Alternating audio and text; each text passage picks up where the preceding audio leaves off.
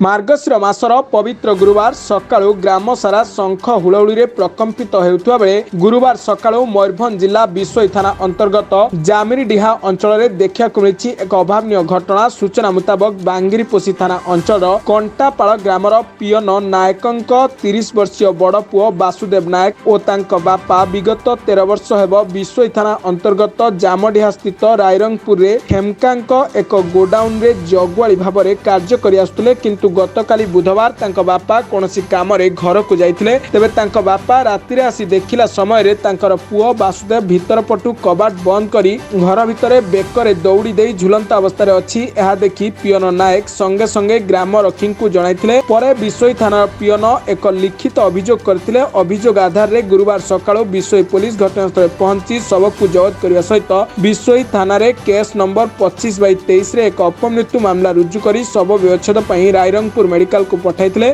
तबे घटनार सत्य शव व्यवच्छेद पर जଣା पड़ियो बोली पुलिस सूत्र प्रकाश पाइछि।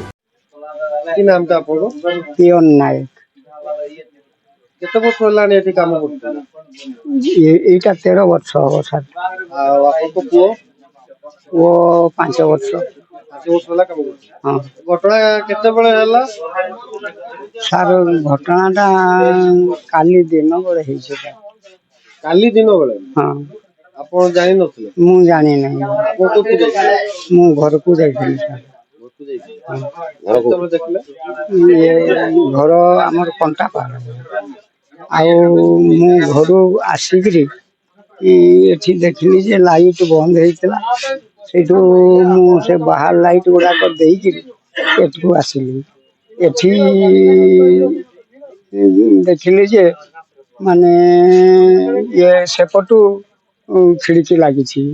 सेठू मु संदेह रे एलिली सेपटू खिड़की लागिछि।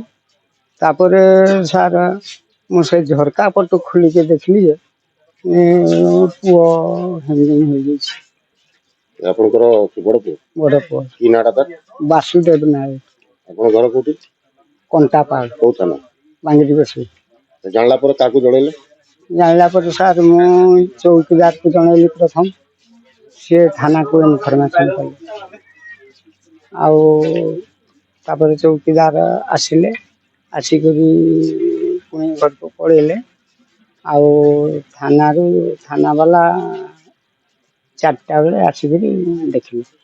आज सकाळ 4 मयूरभंज सुमंत पात्रंग रिपोर्ट ब्लैकेट न्यूज ओडिया।